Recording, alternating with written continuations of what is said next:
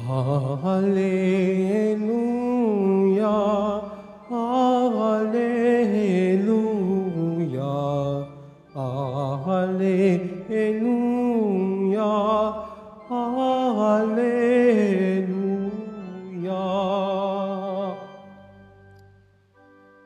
Bagong utos ni Kristo, mag-ibigan sana kayo, katulad ng pag-ibig ko. Alleluia, Alleluia, Alleluia, Alleluia.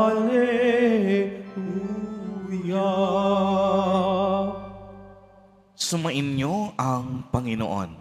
At sumayo rin. Ang mabuting balita ng Panginoon ayon kay San Mateo. Papuri sa iyo, Panginoon. Noong panahong iyon, sinabi ni Jesus sa kaniyang mga alagad ang talinhagang ito. Ang paghahari ng Diyos ay maitutulad dito. May isang taong maglalakbay, kaya tinawag niya ang kaniyang mga alipin at ipinagkatiwala sa kanila ang kaniyang ari-arian. Binigyan niya ng salapi ang bawat isa ayon sa kanya-kaniyang kakayahan.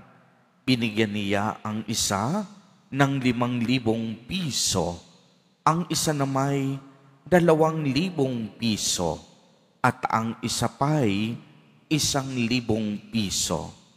Pagkatapos, siya'y umalis. Humayo agad ang tumanggap ng 5,000 piso at ipinangalakal iyon, at nagtubo siya ng 5,000 piso. Gayon din naman ang tumanggap ng 2,000 piso at nagtubo ng 2,000 piso. Ngunit ang tumanggap ng 1,000 piso ay humukay sa lupa at itinago ang salapi ng kaniyang Panginoon. Pagkaraan ng mahabang panahon, bumalik ang Panginoon ng mga aliping iyon at pinapagsulit sila. Lumapit ang tumanggap ng 5,000. Wika niya, Panginoon, eto po ang 5,000 na bigay ninyo sa akin. Eto pa po ang 5,000 na tinubo ko. Sabi sa kanya ng Panginoon, magaling, tapat at mabuting alipin. Yamang naging tapat ka sa kakaunting halaga, pamamahalain kita sa malaking halaga. Makihati ka sa aking kagalakan. Lumapit din ang tumanggap ng 2,000 at ang sabi, Panginoon, ito po ang ibinigay ninyong 2,000. Ito naman po ang 2,000 piso na tinubo ko. Sinabi ng kaniyang Panginoon, magaling, tapat at mabuting alipin. Naging tapat ka sa kaunting halaga, kaya pamamahalain kita sa malaking halaga.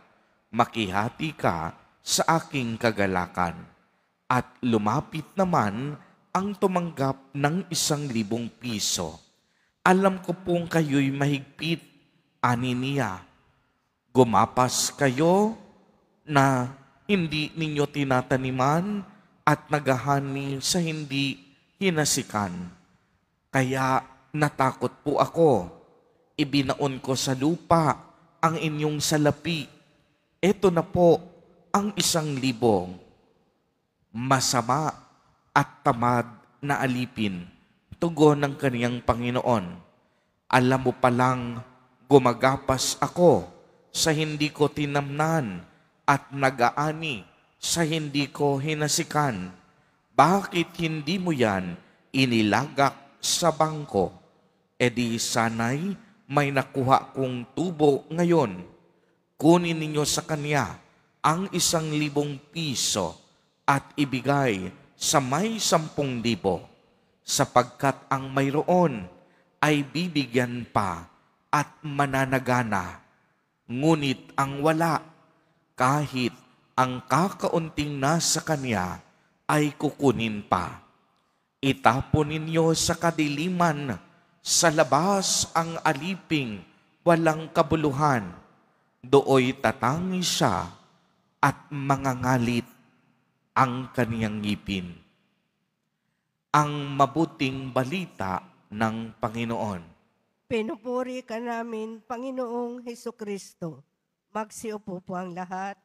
Magandang umaga po sa inyong lahat, mga kapatid kay Kristo. Sa lahat po ng ating mga taga-subaybay sa iba't ibang online platforms at sa lahat ng ating mga kadiboto sa iba't ibang panig ng Pilipinas at maging sa buong mundo kung saan tayo ay naaabot ngayon ng ating live streaming. Mapayapang umaga din po sa inyong lahat. Purihin at dakilain natin ang ating Panginoon, ang mahal na poong Jesus Nazareno. Mga kapatid kay Kristo at mga kadiboto, malugod po namin kayong tinatanggap sa Basilica Minor at Pambansang Dambana ni Jesus Nazareno. Narinig po natin sa ating ebanghelyo na inihabilin ng amo sa kaniyang mga katiwala ang mga salapi na ayon sa kanilang kakayahan. Binigyan niya ang isa ng 5,000 piso. Ang isa namay 2,000 piso. At ang pinakahuli, binigyan niya ng 1,000 piso. Kinalugdan niya ang katiwalang nagpayaman o nagpalago ng mga salaping ipinagkatiwala sa kanila. Kaya't sinabi ng Panginoon sa kanila, mabuti, mabait, at tapat na katiwala, dahil naging tapat kayo sa kakaunting bagay, pagkakatiwalaan kayo sa mas higit na malaking bagay.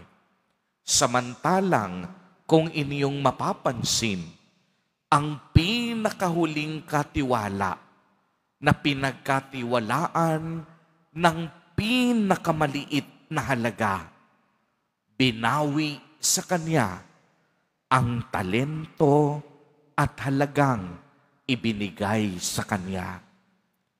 Mga kapatid kay Kristo, ang magandang katanungan sa araw na ito, paano po natin pinahahalagahan ang mga bagay, ang mga kagalingan, ang talento at mga yaman na ipinagkatiwala sa atin ng Panginoon?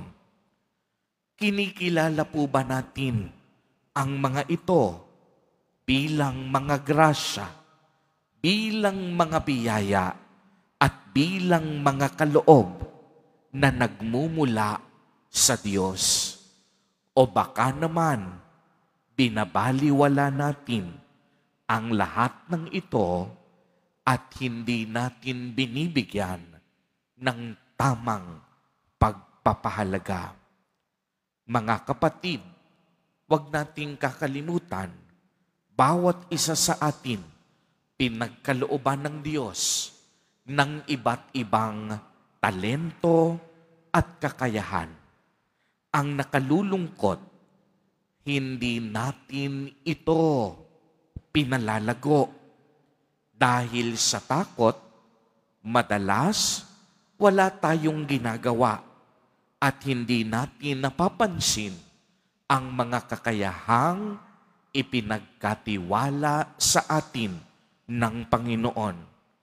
Ang nakalulungkot pa, kadalasan hinahanap natin sa ibang tao ang mga bagay na wala tayo. Ngunit ang mga kakayahan ang mga talento na mayroon tayo. Kadalasan, nakakalimutan natin at hindi natin nabibigyan ng tamang pansin. Kadalasan, pinangungunahan tayo ng takot, katulad ng huling alipin sa Ebanghelyo. Minsan, pinangungunahan tayo ng pangamba at pag-aalinlangan. Subalit, pinapaalala sa atin, kung magtitiwala tayong lagi sa Diyos, alam natin na hindi tayo mabibigo. Tutulungan tayong lagi at gagabayan tayo ng ating Nuestro Padre, Jesus Nazareno. Pagmasdan ninyo ang una at ang ikalawang alipin. Binigyan ng mas malaking halaga.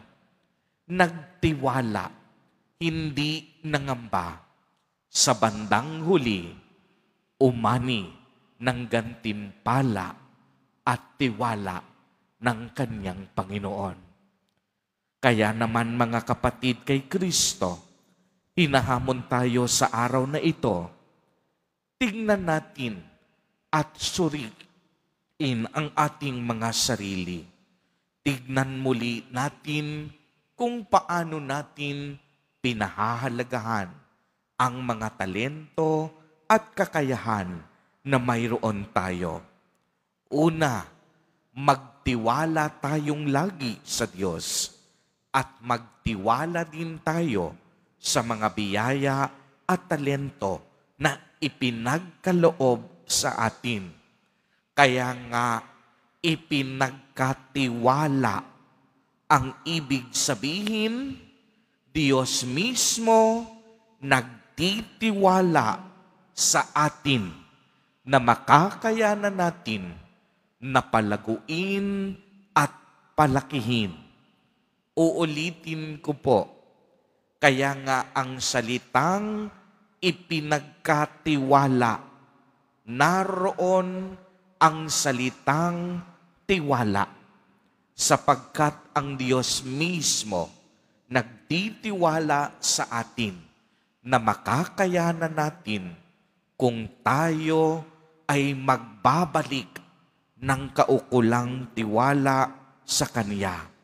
Kaya nga, katiwala, dahil tayo pinagtitiwalaan ng Panginoon.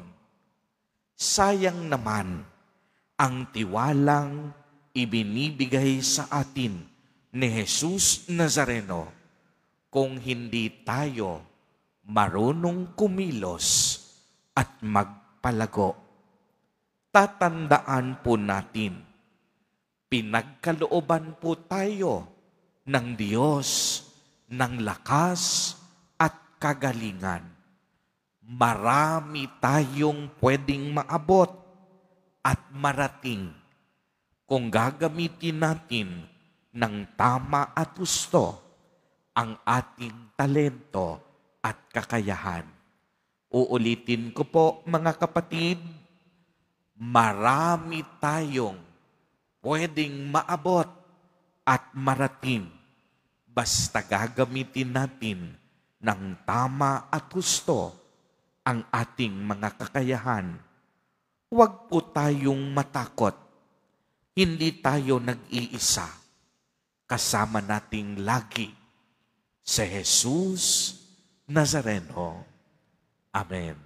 Purihin at dakilain natin ang ating Panginoon, ang mahal na poong Jesus Nazareno.